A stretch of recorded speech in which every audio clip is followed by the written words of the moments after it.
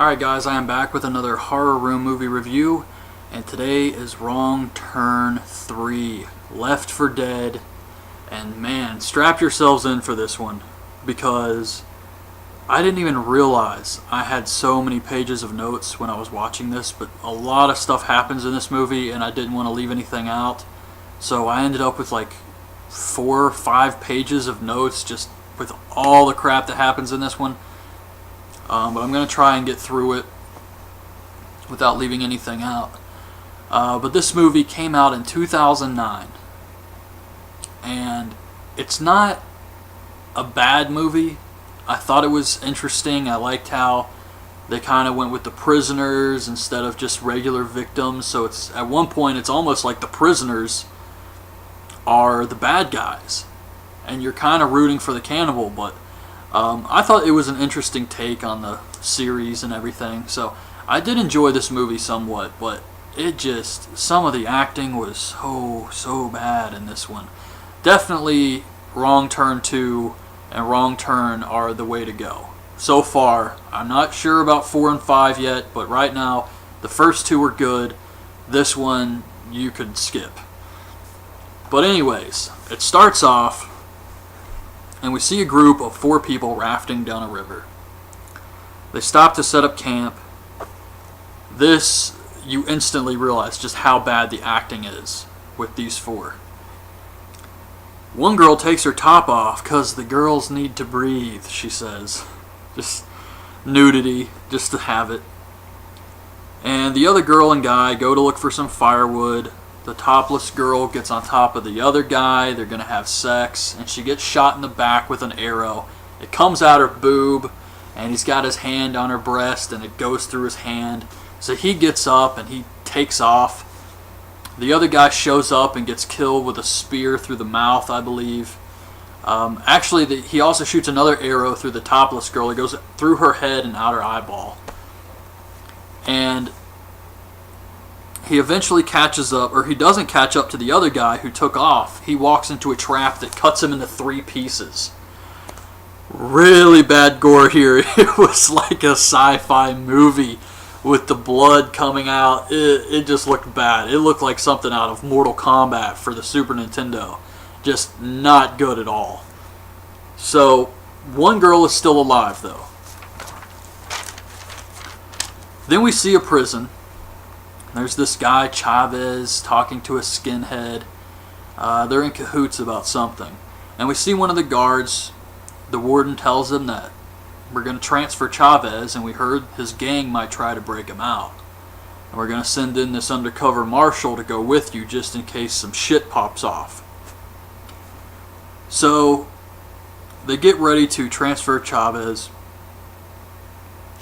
We see the local police department get a call about the missing rafters, and the sheriff goes to look for them. And as they're loading up the prisoners to make the transfer, we see this one guy, Crawford.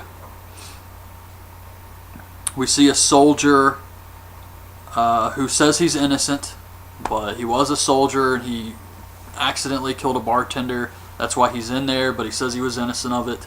Crawford says he doesn't want to be handcuffed next to this cold-blooded killer, because Crawford only jacks cars. And one of the guards says, "Shut up, Crawford." Just like that. I don't know if this guy had any other lines in the movie, but that was awesome. So Crawford's like the skinny guy who talks too much. The soldier, Chavez, the skinhead, and the marshal. So they load them all up into this bus, and they arrive at the local police station, I guess so they can use the bathroom and stuff. And the sheriff is there, so I guess he didn't find the rafters.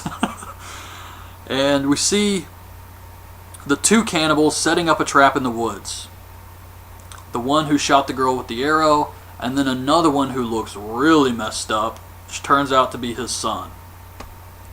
Only 2 cannibals in the movie, by the way. They leave the police station, and a pickup truck starts riding their ass, ramming the side of the bus. It drops some barbed wire, which pops the tire and causes the bus to roll down a hill. And of course we see it's the cannibal. They're freaking out thinking it's Chavez's gang, but it's just the cannibal. So they climb out of the bus, and Chavez gets a gun. Another guard shows up out of nowhere with a shotgun. I didn't even see this guy in the bus, at the police station, anywhere, but he pops up and gets hit in the neck with a throwing knife by the cannibal. So they still think it may be Chavez's gang until the cannibal just starts shooting arrows at them. So they fire off some rounds from the guns into the woods to try and scare him off. The keys to the chains got destroyed, so the prisoners are all chained together. And Chavez tells Nate to take him to a phone so that he can call his gang or he's going to kill him. The missing girl from the rafting trip jumps out of the woods and she tells the group about the mutant cannibal in the woods. And Chavez wants to use her raft to escape, so they head towards the river. They find an armored car out in the middle of the woods. Hasn't been reported. It's full of freaking money. In the middle of the woods. Like, no roads are even around this freaking thing. But Chavez sends Nate to check it out. Nate finds a gun. He hides it. And they open the back. They find all this money. They start fighting over it. Nate hands the gun to Walter, the other guard who was injured in the bus explosion.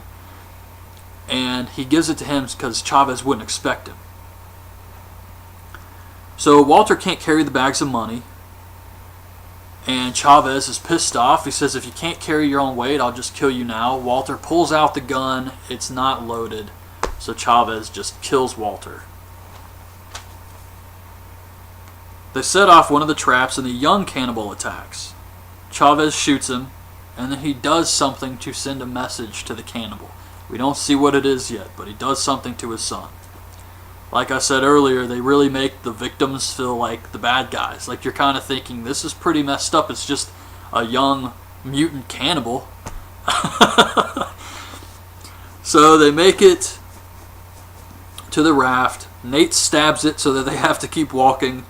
Chavez snaps, but Nate says that he still needs someone to carry the money, so he lets him live. This happens over and over again. Nate keeps screwing them. Chavez keeps letting him live. It became ridiculous. But the cannibal finds his son's head on one of the stakes of the trap. And you hear the cannibal just freak out, start screaming. Felt bad for him here. They set off another trap, and the marshal gets his face cut off. The entire time, Chavez never finds out that this guy was a marshal. He thinks he's just a regular prisoner. They did nothing with this. So I was kind of surprised they killed off the marshal first with the group of prisoners. I mean, it was just kind of random. They didn't do anything with the storyline that he was undercover. Chavez cuts his legs off so that they don't have to carry his entire body. They make it to a camp and they find some tools to cut the chains off. Nate, the girl, and the soldier are trying to plan an escape. They need weapons because of the cannibal, and the soldier tells Nate that they've passed the same tree 4 times in 2 hours, and that they better hope Chavez doesn't catch on. That is one small circle he is taking them in. How in the hell do they not catch on to passing the same tree 4 times in 2 hours? He seriously must be walking them up a hill and down a hill over and over again without anyone catching on except the soldier and the girl. That's hard to believe right there. So they come across the cannibal's tow truck and they send Crawford to hotwire it, but of course it's a trap and Crawford gets caught in a barbed wire net. This was really awesome. I like this. So he's wrapped up in all this barbed wire, and then the cannibal drives off in the truck, and then he lets it down, so he's dragging his body across the road. It was pretty cool. The sheriff finds the bus, and Chavez and the skinhead get into a fight. Nate and the girl escape. Chavez beats his ass, and the soldier and Chavez take off together. He actually gives the soldier a gun, just in case the cannibal comes out, and they leave the skinhead behind. Chavez catches up to Nate and the girl. He lets him live again because Nate says they're almost to a watchtower where Chavez can call his men. So they get to the tower, but it's been burned down. Chavez is pissed about this. He gets ready to kill Nate, but the sheriff shows up. Nate takes the prisoners' guns, But the cannibal is in a tree. He drops a spear and it goes directly into the sheriff's mouth. Chavez grabs the guns back, and we're right back where we started with him in charge. This entire thing was pointless. That's not even the best part. The best part of this is the cannibal is in a tree. He's right there. They shoot at him a couple times, and then they leave. He's stuck up there. I'm just going to go ahead and tell you right now, everybody in this movie dies except the girl. Everyone. So, they could have ended all of this right now and avoided all of these deaths if they would have just killed him. Keep shooting him. He's in a tree, for God's sake. Set the tree on fire, something. But they shoot at him and then they walk away. It doesn't make any sense. So the skinhead finds the bags of money that Chavez and the soldier hid, and he undoes his belt so that he can carry all the bags. Are prisoners even allowed to have belts? Like, that didn't really make sense either. Chavez shows up and says, "Where's my bags?" Oh, man. So he catches up to the skinhead, and the cannibal hits him with a Molotov cocktail, burning the skinhead and all the money. They come across his pickup truck again, and Chavez sends the girl out thinking that's what the cannibal wants. So he drives off with the girl. Nate's pissed.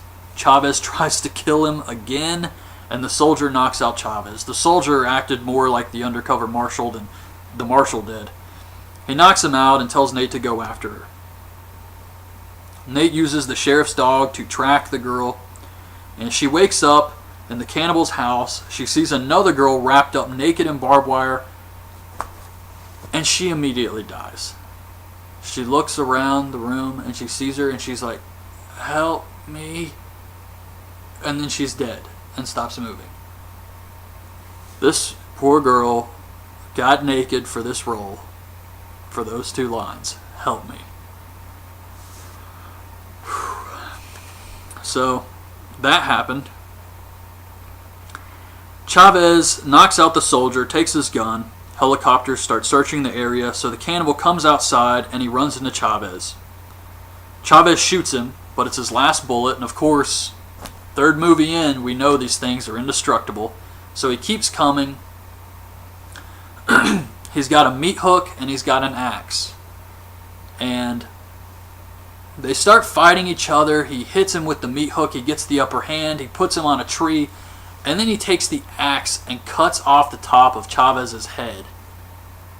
Takes his skull off and eats some of his brains.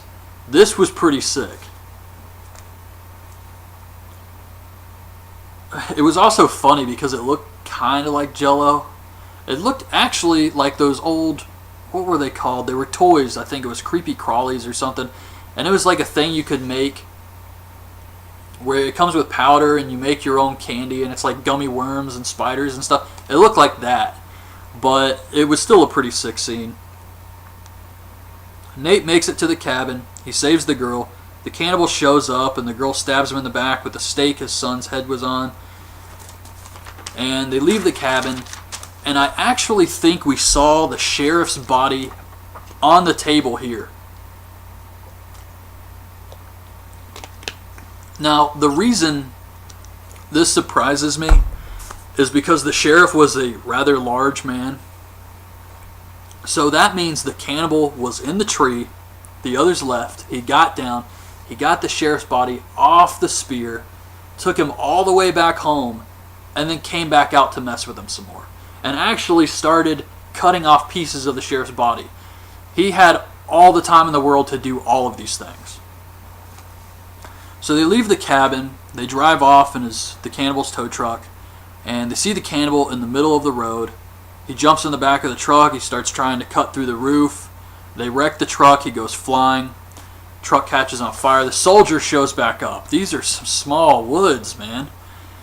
He shows up, pulls out the girl, pulls out Nate from the burning truck. Cannibal comes back to life. Nate grabs the meat hook and shoves it through his chin and then throws him on the truck, and the truck explodes.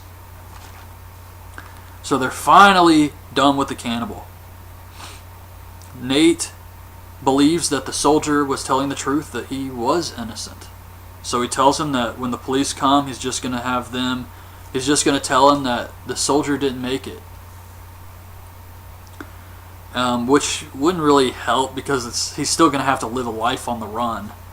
But he tells him that he can go, and we see the police arrive, and Nate and the girl are taken to safety. So everything's okay. And then the last thing that happens in the movie, the ending, I actually liked. I thought this was a pretty cool twist ending here.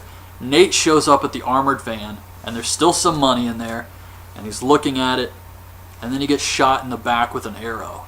And we see it's the soldier. And the soldier comes up and says, "I told you to never trust a con." And then behind him, a cannibal shows up. We don't see who the cannibal is, we just know it's a cannibal. And he's got a weapon, and we don't see him kill the soldier, but we hear it. And that was it. That was the end of Wrong Turn 3 Left 4 Dead. So, a lot of stuff happened in this movie, and for the most part, I did enjoy it. I thought it was a cool take on the series with the prisoners and everything instead of your usual victims. I thought they had some cool death scenes with the barbed wire net. The girl wrapped in barbed wire in the cabin was pretty sick, and the brains thing was cool. So it had some good stuff here and there, but it also had a lot of cheesy bad acting. I'm not saying that I went into this expecting it to be amazing or anything, but I thought it could have been a little bit better. I did think Chavez did a pretty good job playing his role. A few other characters here and there, but that Nate guy was just such a cornball. So anyways, that's my review of Wrong Turn 3 Left 4 Dead. Hope you guys liked this video. Leave your thoughts on this movie in the comments below, and thanks for watching. Bye. The acting was so bad in this one. Definitely Wrong Turn 2 and Wrong Turn are the way to go. So far, I'm not sure about 4 and 5 yet, but right now, the first two were good. This one, you could skip. But anyways, it starts off, and we see a group of 4 people out, so I ended up with like 4 or 5 pages of notes just with all the crap that happens in this one. But I'm going to try and get through it without leaving anything out. But this movie came out in 2009, and it's not a bad movie. I thought it was people rafting down a river. They stopped to set up camp. This, you instantly realize just how bad the acting is with these 4. One girl takes her top off because the girls need to breathe, she says. Just nudity, just to have it. And the other girl and guy go to look. Alright guys, I am back with another horror room movie review, and today is Wrong Turn 3 Left 4 Dead. And man, strap yourselves in for this one, because I didn't even realize I had so many pages of notes when I was watching this, but a lot of stuff happens in this movie and I didn't want to leave anything out. It was interesting. I liked how they kind of went with the prisoners instead of just regular victims. So it's at one point it's almost like the prisoners are the bad guys, and you're kind of rooting for the cannibal. But I thought it was an interesting take on the series and everything. So I did enjoy this movie somewhat, but it just, some of